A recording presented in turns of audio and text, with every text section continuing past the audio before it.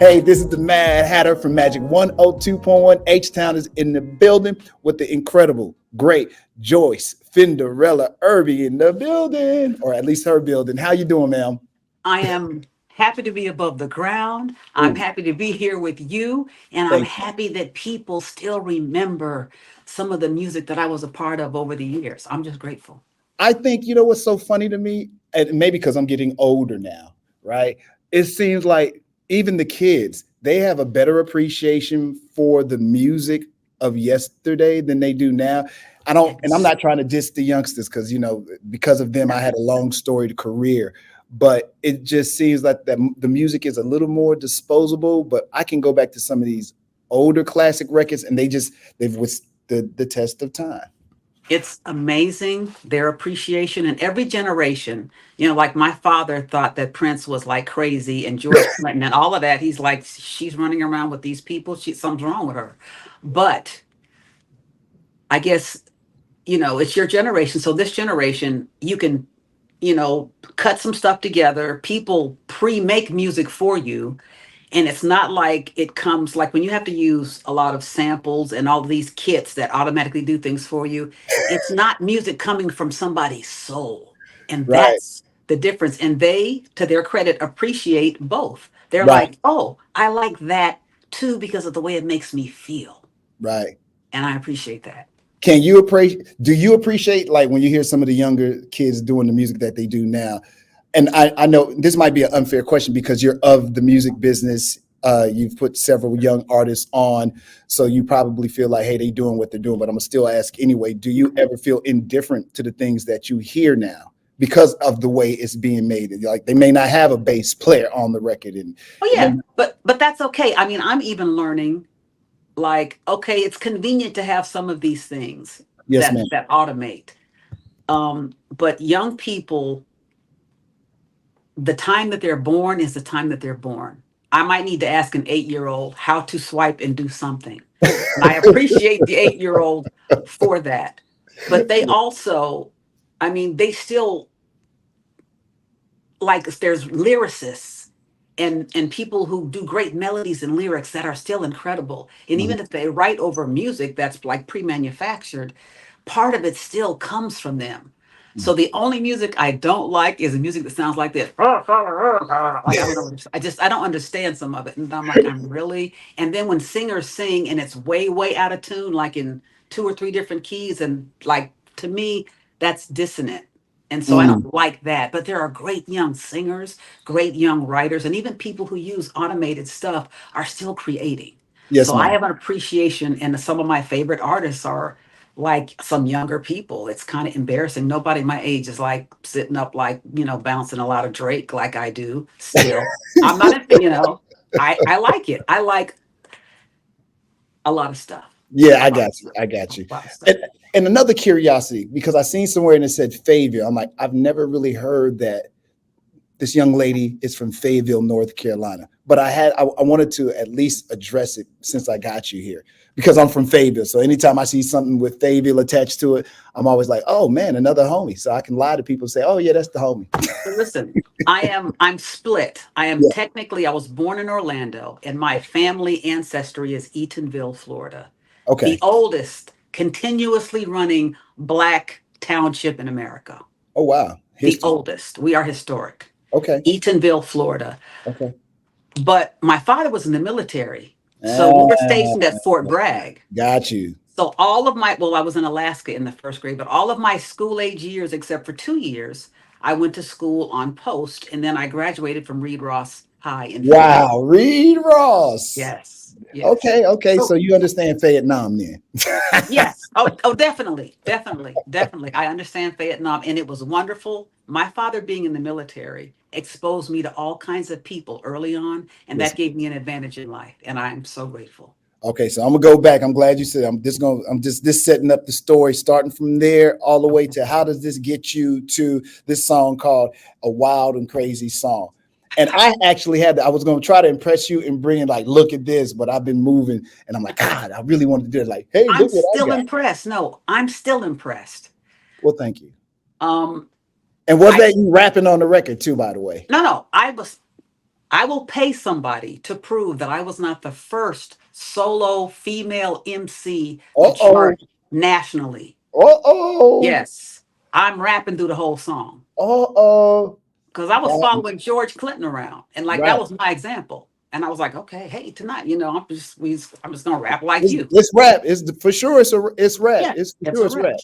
It's like Yes, disco funk with rap. But I'm like, I wonder if that's her rapping, or did she just put this whole song together and the nope. group is called? No. So this is all you. Who's the guy Yeah. that's on there in that guest appearance or or whatever? There's a guy named Bernie Fields who is incredible, who passed away. He was a guitar player, and like a funk singer, because you can tell he's got all of that, and I He would is be up to following date. George, and yeah, he'd be following. We were both following George. Unfortunately, he left early. Mm. And at that same time, George and I were in this. He's the first person who was a professional I was ever in the studio with. And I did it in Richmond, Virginia at a studio called Alpha Audio. Okay. And then I finally convinced George to come because I signed with George Clinton before I joined Klymaxx. Right. Because I was gonna ask you how all that happened. I'm just trying to take it piece by piece because you Yeah, got you just got such a history. I'm not trying to have you out there. I'm just like, let me get the pieces in that I need to get in. I just used to stand on the loading dock with my bass, with no case, no amp, and I just be playing. When I was like 15, 16, I just be playing.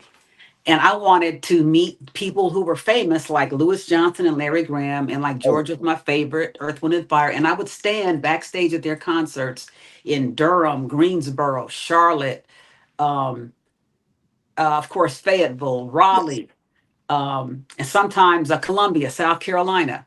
And after a while, they were like, "Oh, she just wants she's a musician." And so right. George would start like waving me in all the time. And the funny thing with him was after, and I talk about this in my book, but for those of you who don't know anything about that, after the concerts, we'd go back to his room, just me and him. He'd make everybody else wait. And I would sit there and I'd play my bass, and he would just tell me, "Oh, you are so great. You're going to be wonderful." Nobody did drugs around me, nothing. He was like a Oh, father figure. wow. He let me come in. Okay. And then when I left, the party would start because the guys would be outside, like beating on the door and stuff because they wanted to come in and party. And he's like, "No, I'm sitting with this little girl, and I just, give her 15 or 20 minutes." And then he started introducing me to people. This is my next star. This is my next star. Um, So why didn't that ever take off? Because, like you said, we know you from Klymaxx. A lot of the George Clinton part, there's some people that will be like, "Huh? When did that happen?" You know what I mean? yes, So why that did he happened. never take you and put you on Front Street? I never knew what busy was until being around George. So Okay. he's got Parliament, he's got Funkadelic in their heyday. He has a crew, a road crew of 5,000 people. He's getting offers. He's trying to record. He took, Bootsy came along. He was just so busy. I got you. He was so busy. And then me still standing on the loading dock, meeting Dick Griffey and Leon Silvers. And they were like, "Come to California. We have this band, this female band, and the bass player can't play." And George was like, "No, do everything you can do. No, I love you. Go and live and be all you can be." That's nice. He could have Yeah. sat there and tried to keep you to himself, but he didn't. Ah, So when yeah. you meet Klymaxx, boy, you were moving this right along. Ooh, salute to you. You can tell the professionals. I love you. So you get there, and what happens? Do you gel good with the ladies? Did Griffey Mhm. gel good with the owner of the record label? How does that all go? And then Well, I knew Dick Griffey okay, before I knew any of them gotcha. because I loved the Solar Galaxy of Stars had these rainbow painted tour buses, and I loved Howard Hewitt, and so I was so excited when they came to town, and I loved Leon. I used to practice to some of Leon Silver songs because he wrote Mhm. the Whispers and produced the Whispers, Shalimar, all of that. And so after seeing me a couple of times, Dick was like, he just be waving me in, you know. And he told Leon to get my number one time. He's because you meet somebody, "Hey, I got a situation. I'm going to give you a call." I'm like, "Okay, yeah, right. Anyway, here's my number. At least you're a professional. Maybe something will happen." I was too busy looking Google wide at Howard and Jeffrey and Jody because Howard is like my favorite singer, who Right. ended up becoming one of my best friends even till today, which is funny. Wow. Um, and so a couple of months later, I got a call and they were like, "We're going to send you some music. We have this female band and the bass player can't play." The horrible thing was because their first album, Never Underestimate the Power of a Woman, was recorded before I got there. Okay, I was going And to ask they, you about that. yeah, that was recorded. And they sent me a copy of the music. And then when I heard it, I was like, I'm never going to be good enough because the bass playing on that record sounded immaculate. And they said the Mhm. bass player couldn't play. And I'm like, I can't possibly play this better than this. Then I Mm. realized, no, no, no. We replaced her parts with somebody else. You don't have to do this again. I'm like, okay, good, good. I'll play it live. It's okay, good. Because I was like, if they think, I mean, I was literally in tears. If they, oh, my dream, I'm going to lose it because if they think this is not good, I don't know what to do. But that wasn't the case. I got there. Bernadette picked me up in a MG convertible. That was during the days of Jerry curls. Gotcha. And I was like, this is a quirky, interesting lady. We ended up being roommates, which was insane because I stayed with her for a while. I made my way around. Then I started like a car wash business because I didn't have any money. And I would wash and wax and detail cars in the executive parking lot. And I started making a living that way. But we worked all well together. And here's something most people don't know. So I was the second to the last person in the group. There was Lynn Malsby, who wrote I Miss You, plays keyboards, Mhm. Bernadette, Cheryl Cooley, who I refer to as Thirsty with her thieving self, but I'll get back to that. And Lorena Stewart, who sings Meeting in the Ladies' Room and Divas Need Love Too and great records like that. Wow. Um, so it was cool. And we wanted a percussionist and another keyboard player. So we were auditioning people. So we got Robin Greider, who ultimately became a permanent member of the group. She plays every instrument, probably better than most of us. Mm. And for percussionists, a young lady came in, the first young lady that they requested came in, and she was like, no, this is cool. We all are cool, but I'm gonna do my own thing. That was Sheila E. What? Now, Yes. I never heard that. Yeah. Yeah. What? That was That Sheila group would have E. been crazy. What? Yeah, which, but I mean, for the choice she made for herself was great. But then we did a concert together like 3 years ago in Tampa, and I asked her, did she remember? She said, "Of course I remember that." So that's just a piece of history that's really dope to me. Wow, that You is know, amazing. Now, after during the first two albums, they didn't do well, unfortunately. I think that they're great. But anyway, commercially, maybe not yeah. for the public. Did you guys feel like before the success of that third album that it wasn't going to happen for you all? You know what's interesting? Dick Griffey decided I'm gonna keep rolling the dice with them until I hit. Most labels they don't do it at all now. No. Okay, but he felt like there was something special in us, and he decided he was convinced by me and Bernadette to let us do some of our own stuff. I was like, dude, I was on the charts nationally before I got here. Trust me to do some stuff. So he Mm, gave me a producer contract and let me started to do some music. okay. And I remember I was dating a guy who was a road manager for the deal, a guy named Mark Abrams. And so this was when LA and Face had more eyeliner than me. Like this was in the original, because they were on Solar too. Yeah, no So doubt. I remember being in Richmond, Virginia with them, and I had a little 4 track, and I said, I want to do a song that hits hard like a Rick James, like You and I or something. And I just started playing my little keyboard. I was like, boom, boom, boom, boom, boom, boom, boom, boom, boom. I'm like, yeah, this could be dope. This could be dope. So I did the menopause track, and I gave it to Bernadette, and then she put her magic on it Mhm. because she could talk about anything, and it's fabulous. The way her delivery is just that good. Yeah. And then I was like, we need to have a meeting. I was like, listen, man, this is, what do you think? Dick was like, his exact words were, I ain't never gonna do no mother blanking, excuse me, no mother blanking song called menopause. We were like, no, no, dude, no, it's the men all pause. He was like, oh, okay. So, you know, and that it started right there. And then he was like letting me be in charge of more and more. And then we had Midnight's, he had signed Midnight Star. So they contributed a couple of songs, and they actually got kicked out of the time for working with Klymaxx. Mm, And I was just like a bass player. But they were the reason I got to sing because Jimmy Jam was like, he said the same thing Dick said, but Dick was like, whatever, it'll work out. But Jimmy was like, she has a pop voice and she needs to sing more songs. Because Mm. I wasn't really singing anything. And I was okay. I was a bass player. And from working with them, I got the opportunity to start to sing a little bit. And that was priceless for me. And for them, it was we were the first group they ever produced. And they did a song on us called Wild Girls. And if you listen to the music on Wild Girls, that was the framework for Janet Jackson's music. Mm.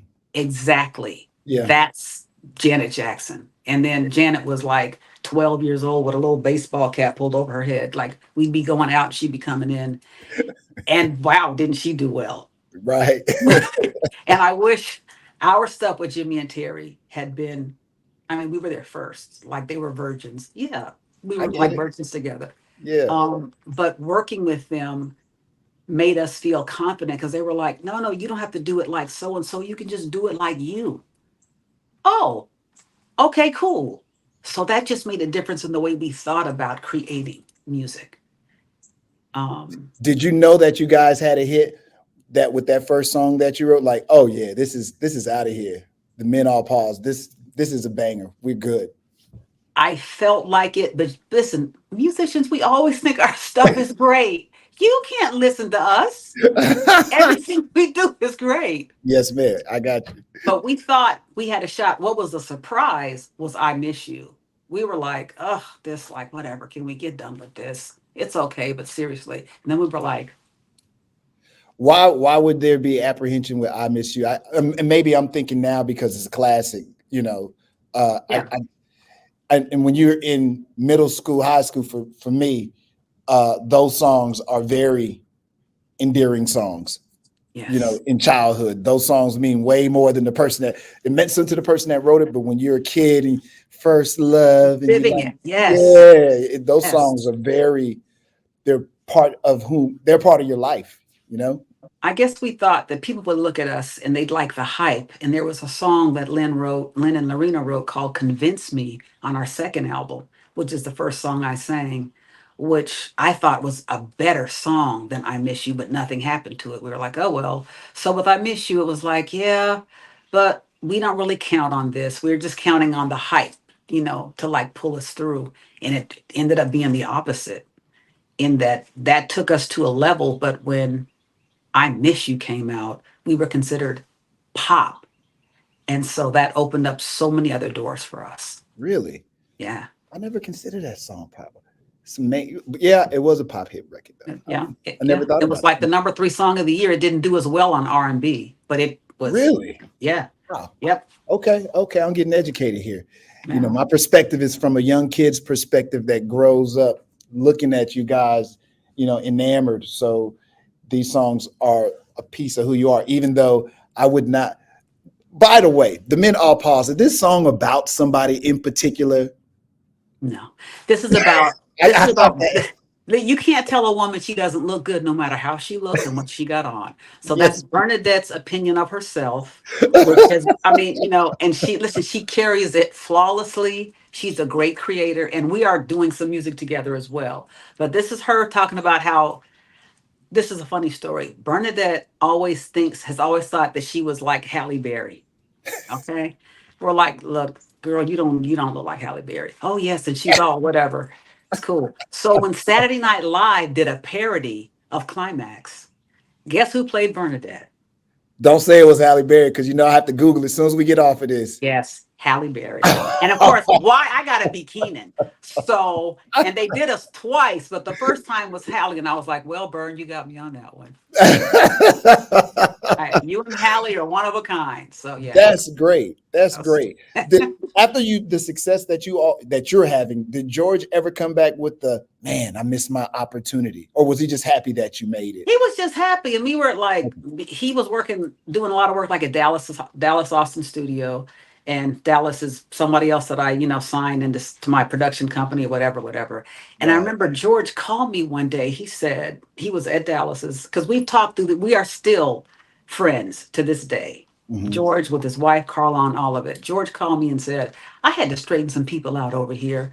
They were disparaging you in the studio, and I had to tell them if it wasn't for you, some of this wouldn't be here, and to stop that. I don't like it. I was like, oh. And Wow. Lloyd was 12 years old in my living room with me when George called. And he Wow. was like, who was that? I'm like, oh, that's just my dad. Because I just, would like call him dad sometimes. So that was a beautiful thing having, like when you're a woman, having a man defend you. There are still things that are chivalrous that matter. Yes, ma'am. So having a man defend you in a room where people are slandering you because they think whatever they think is Hmm. beautiful. And it's just a beautiful thing. I understand. That's How all. do you go from LA now? I'm glad you mentioned this because your name does not, in my opinion, let me be clear to anybody watching this, you don't get mentioned with the onslaught of what happens to ATL, what it has become. Yeah. They'll say LA and Babyface and Jermaine Dupri, but it seems like you were there and one of the initiators of the movement that started there. And I know Larry Blackman, I think he had a record company there too, but it seems like you had your foot there. What was it about ATL? What made you start up there? What made you start looking for artists there? What was it about ATL? Okay. So here's the story. Whatever they were doing was fine. I'm claiming the majority of the responsibility for lifting the urban music business in Atlanta. Y'all can say what you want. Here's the story. I used to have to keep stopping in Atlanta, flying to Fayetteville from LA. Mhm. And I met a bass player named Deborah Killings, who I thought was like a younger, better version of me. And Dallas was a friend of the sound man who was sitting on her front porch. And he said, I have some songs. I said, okay, let me hear them. He was like 16 or something. Mhm. And when I heard his music, I was like, oh, I know songs. I know great songs. I knew his songs were really good. Then I started noticing five things, which I detail in my book. I still say yes. 5 stars on Amazon. You could fly nonstop to anywhere. There were no gangs at the time in Atlanta. Black people were the police chief, the fire chief. There was opportunity for Black people. You could own a home. Black kids were being raised in mostly two-parent homes. They had mothers and fathers present. So it's just a fertile ground for growth in any industry. Gotcha. So I went to Jimmy and Terry and said, you guys need to establish a satellite in Atlanta. I went to LA and Face more than once. You guys need to establish a satellite in Atlanta. I went to Benny Medina. I went to the head of every major label. Sylvia Rohn is still in the game. There are people who are gone who are not. I went to every major label and said, this is the place. This is the fertile ground. There are Black kids in two-parent homes walking around with these little 4 tracks and machines making great music. Mm. So I solicited Atlanta for a couple of years. Andre Harrell was still here to everybody. And at that time, I had relationships with people who were the heads of all the labels. So I did that. Yes, I did. Deuces if you don't like it. That's history. Okay. That's history. And I did get a recognition from the city of Atlanta Yes, ma'am. uh, a couple of years ago, which was nice about that. And it doesn't matter if you recognize it or you don't, it happened. Like sometimes you're inspired to do something that you may not get paid for, you may not get credit for it, but it's still your job. And from a spiritual standpoint, I felt like, oh, I think this is my job to facilitate this and boost things here. And that's what I did. And then, like signing Dallas made a big difference because of the Boys to Men thing. Um, he went on to become any and everything. Yeah. And his productions put Atlanta on the map. And I did at least get some credit on the Boyz II Men album. It's like produced by Dallas Austin for Diva One Productions. Yeah. You know, the TLC stuff, he was signed to me with that. Of course, LA decided I didn't need any credit, but that's between me and him. It was done under my company. Right. And I used to take Dallas to everybody as a producer and say, this kid is a genius. I found a copy of Video Soul where I was talking about him with Donnie Simpson. Like, this kid is a Wow. genius. He's going to be very big. So I Wow. have my receipts, for And you put them in the book. I'm hoping the your memoir. I still oh, say this, yes. yeah, this, yeah. So all these stories, I'm hoping that you go into detail there. And I don't want to give too much away because people like myself that like to read good stuff. The whole point for reading the book is so you'd be like, what? Turn the page. Oh, What? there's so much. Yeah. What? I'm like, I will just say one other thing that I loved. Like I loved working with kids. And when you work with kids, it usually doesn't work out well because the parents mess it up. And, it's like there's very few kid groups. Like, think about the market for kids. There's a billion kids who want somebody like their own age to relate to, but Yeah. there's very few. And so I will say that I had Lloyd and Sammy at 11 and 12 in the same group. And then before things happened, they split. So Lloyd was his group in tune. And then Sammy became a solo artist on Dallas's label at Capitol. But they were in the same group. And I'm just imagining all the things that could have been, even for them together, growing up and then splitting up later. Yeah. I'm glad that you're getting the opportunity to tell these stories because oftentimes history has a way of erasing some stories and you don't really hear people speak about them. So I'm Yeah. glad that you have captured it in book form so Yeah. it can't be denied or it can't be disputed as well. So I'm happy that you did that. But I have to ask Klymaxx. Uh, Mhm. I don't even know where to start with Klymaxx. What Yeah. what happened to the group? I was not aware that there was different versions of Klymaxx. And I hope I'm saying that correctly. But Yes. if you can speak on it, I most certainly would like for you to speak on it because people, if I see Klymaxx, this is me. I would like to see Miss Fenderella. It'd be nice to see Bernadette in that mix too. And I'm a fan, so I can wish, right?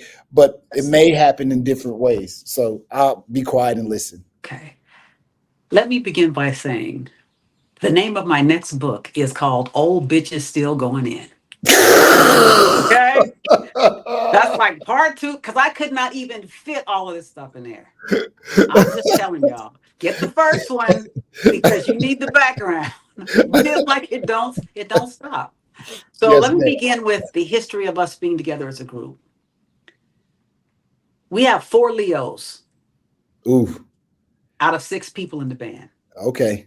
And a Capricorn, Burns a Capricorn, and a Scorpio, Robin's Scorpio. Ooh, So yeah. that right there is just like it's just too much of everything. So Bernadette is the founder of the group, a brilliant creator.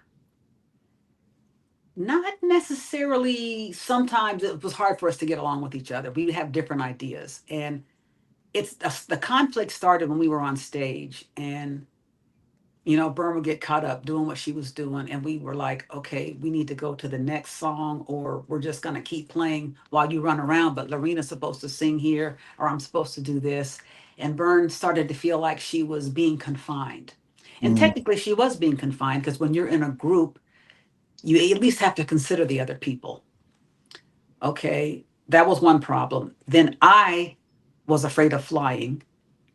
We went on some trip to Japan, which was very traumatizing for me. And sometimes I would drive, and young artists I work with will tell you this. I would drive from Atlanta to LA because I didn't want to fly sometimes. It's ridiculous, but like what, Aretha or Whoopi Goldberg, sometimes I just couldn't do it. So I took pilot lessons and learned to fly a plane, a crop duster, oh wow. to understand the mechanics of flying. Mm, So I've never not got on a plane because of that since. But there was another trip to Japan that the girls took, and they were upset that I didn't want to go to Japan. And also, when they found out I had a solo deal, they were just really mad. And they felt like I was spending too much time in Atlanta with Dallas and Deborah and all this other stuff I was doing. But before that, with when there were still the six of us originals together, when we were doing shows, I remember we had to cut out I'd Still Say Yes from the shows because Bern wanted to do some other things. And she was like, well, it's about quality, not quantity. And I'm thinking, but this is a top 15 pop record. Yeah. So she just needed to be able to express herself creatively. And then Sylvia Rohn, she had her group Madam X she produced. And then Yep. Sylvia, right. And then MCA offered her a solo deal as well. So she was like, I'm out of here. And I was thinking, could you just wait? Could we just do two more albums? Could we just do two more? And then we'd be set. And so when I got my solo offer, because I'm hip hop, I do a lot of hip hop on Motown. I was excited because I'd always wanted to be on Motown. And Gerald Busby at the time said, I want you to stay in Klymaxx and then do solo like he was doing New Edition. That was his example. This is how I'm doing with New Edition. I'm building them and I'm building them. And then all together, I'm building all of you all. I'm like, that's Mm. great. The group was like, no, get out, goodbye. Okay. It was a total shock. And I was like, Wow. are y'all crazy? I'm like, this is the worst. Okay. And then I remember Gerald saying, well, you're better off without them because you'll never be able to grow like you need to grow. So, make a long story short, that's how we began to separate. And Mm. then the group itself got dropped after they did one album on MCA. So then years later, some of us got the idea, let's work together again. I always wanted to be in a band. I never wanted to be a solo artist, my birds. Um, so I went to every member of the group and said, hey, I want to do some shows. Do you want to do anything? They were like, oh, no, not really, not right now. Okay. And Cheryl Cooley, who I renamed hashtag Thirsty, said, I want to do some shows too. I'm like, okay, cool. So I'm gonna fly back and forth because I, at that time I could afford to fly like, every other week back to LA and stay 3 or 4 days. I said, and we'll rehearse. I said, you get the musicians together because you're in LA. It's easier to find females who play instruments, and I'll fly in. So she's like, okay. So I flew in and we had a couple of rehearsals with her group. I was like, great, this is great. And then she stopped returning my calls, and I was like, what's happening with the rehearsal? She said, what? She was crying on the phone. Well, it's so hard to find musicians. Nobody wants to do it. I was like, okay, I hung up. Then I hear about somebody doing gigs as Klymaxx. I Uh-oh. was like, what? So she just is the same person she's always been. She just wants to be, she's a guitar player. She wants to be the only person. She wants to be in charge of everybody. She couldn't be in charge of anybody in a group with three other Leos, a Scorpio, and a Capricorn. So Thirsty started doing gigs as Klymaxx. And then the rest of us were like Lorena, Bernadette, and Lynn. Robin, we couldn't find Robin. They were like, well, we should do some stuff too. We're like, okay. So we got together to do a couple of things. And then VH1 called. This was like 2004, maybe, about Mhm. a show called Bands Reunited. And we're like, we'll work together. We're not working with Cooley. We're not working with her. Mm. And so we did the show. It was a live performance. It was great. And we didn't work with her. And she's tried, I think it's five, I'm going to write a post about this, 5 times to trademark the name Klymaxx just for her use. Oh, I'm sorry. Okay. And we're like, why do you keep doing this? Because we had an agreement. Anybody who was in the group originally could use the name, but it should be Klymaxx featuring Bernadette Cooper, Klymaxx featuring Joyce Fenderella Irby, whatever. And she's just like, it's just going to be all about me. So we're like fighting about that right now. And Oh, she wow. just filed a new trademark a couple of Oh, years ago that got approved in February. And then the others of us got together and hired an attorney to oppose that. So oh. now it's like in court because she still is like, I am the only person who is Klymaxx. And I'm like, I won't even say the word. Look, Heffa, don't nobody in your band, they ain't never been no voice on no record we ever had. Ain't Mm. nobody trying to hear that. I'm So sorry to wait hear a that. second. Can I just say one more thing? This is just, I'm Please, just I'm gonna keeping it let you real. say. Yes, There's ma'am. a promoter named Derek Duff Sr., I believe, in Chicago, who wanted Joyce Irby and Klymaxx. Some people I want the girl getting on that bus that sings I Miss You. Okay, that's me. That's me. So an agent told him I wasn't performing anymore. And he thought the only What? person available was Cheryl Cooley's group, the Thirsty Band. So he hired the Thirsty Band. Then he found out through a very capable associate of mine, Decent Entertainment and Management, that, what do you mean? do you have Google? Professor Google is available. Just put her name in and you'll see all kind of stuff. So then he's like, oh, they're tricking me. He's like, I don't want you guys. I want Joyce's group. I'm like, or at least Burns' group, somebody whose voice is on a record, anything. And had the attorney go over everything and guaranteed him it's okay to use Joyce's group if you want to. So June 30th, we'll see you, Wendy. How about that? Is there anything that you guys can do to repair whatever that is that's going on? Or is there a reason why this particular friction even got started in the first place? Because it seems like everybody else is willing to work together and sometimes maybe do their own thing, but willing to come back together. So why is this still an issue after so many years? Because during all this, now the rest of us, like Bern and I said, are recording together. Bern wants to do an album with everybody except Thirsty. So we're like, cool. We may actually tour together at some point because we talk to each other all the time. Right. We're cordial with each other. We recognize each other as human beings respectfully. Yes, ma'am. Here's the reasons. Theft. My lawyer said, there's nothing you can't say, Joyce. The truth is your best defense. So she was our treasurer, taking money from the rest of us. Oh, boy.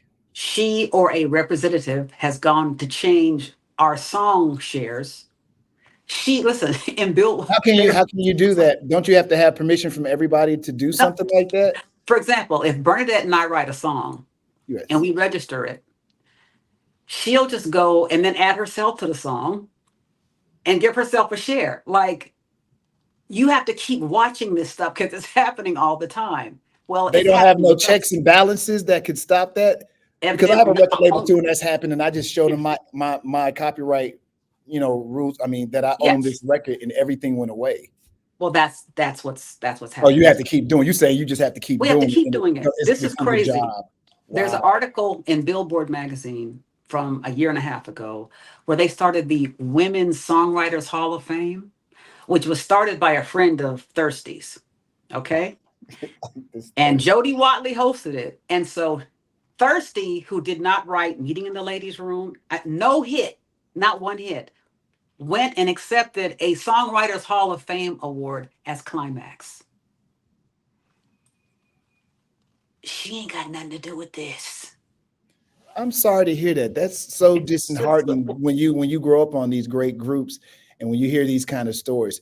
It's kind of like every time you say something, it's stabbing me because you want these people that you've grown up loving since your youth to be on one page and loving each other. And here we've been able to do it all these years nonstop and we love one another. And when you hear these kind of stories, you're like, man, why is this happening? And, I don't know. It's hurt when I hear it. It's hurtful for me to hear. I was hopeful when I talked to you that you would be telling me that things have worked themselves out. All the ladies will be performing together as one. And we can't wait to go on tour, but that is not going to be the case here. But I appreciate you at least telling me about it. The gift is that she forced the rest of us to communicate, the other 5. And we have learned, like, we all have differences, but everybody has been honest and respectful.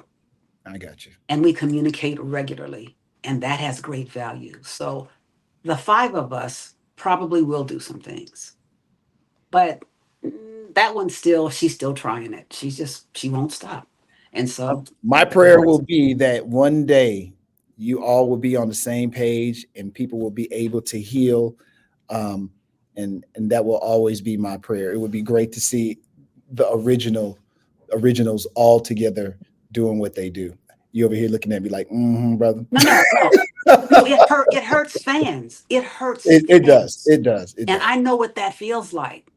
So I have always been like, can we just, in God bless Rodney King, can we all just get along? Yes, ma'am. But I appreciate you talking about it because I didn't want to have to step around the Klymaxx issue. Yeah. But it is, again, it's hurtful to hear, and I'm just gonna leave it at that. And I can wish whatever I want, but that's that. The book is available though.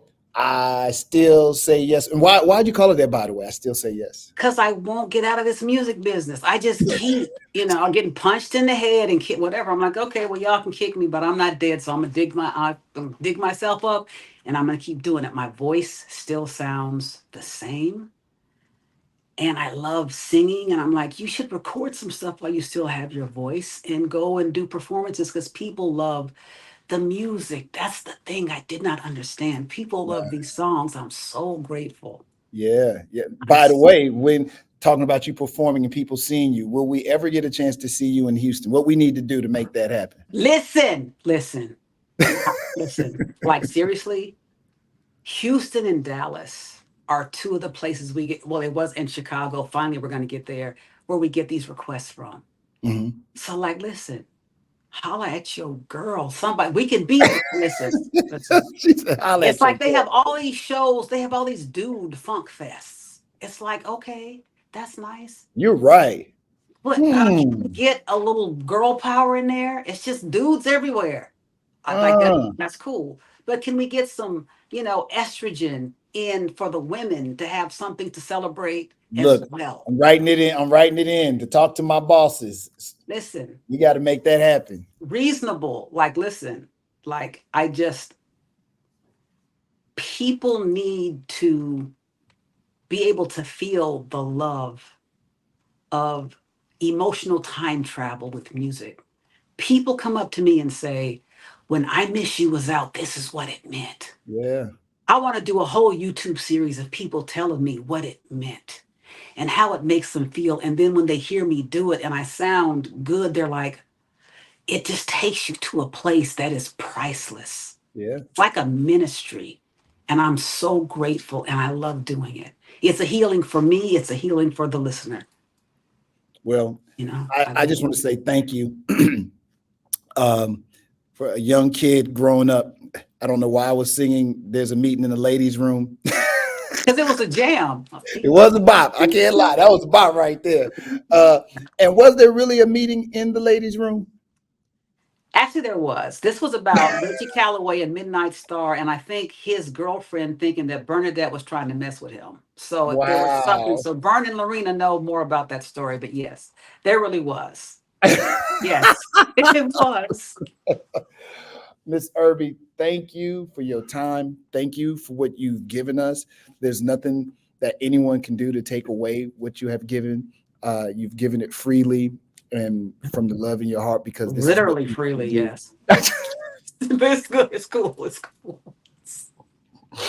But I'm appreciative and I appreciate the love that you have given freely through your music. And I just want to take this time to thank you. For those that may not get a chance to thank you and sit in front of you, I want to say thank you. And I'm still going to pray for you guys that maybe one day you'll be together. Listen, it's a beautiful thing. I want to thank Terry for hooking us up through Yeah. Decent Entertainment. Thank you, Terry. Thank you, Mad Hatter. Thank you. This Yeah. has been cool. And listen, Houston, holla at your girl. Like, hey, something. We will. I hope to see Let's you do it. very soon. Yeah, me too. Me too. Girl power. And thank you, Yes, man. ma'am. Thank you. Thank Blessings. you and salute, ma'am. All right. Take care. Take care.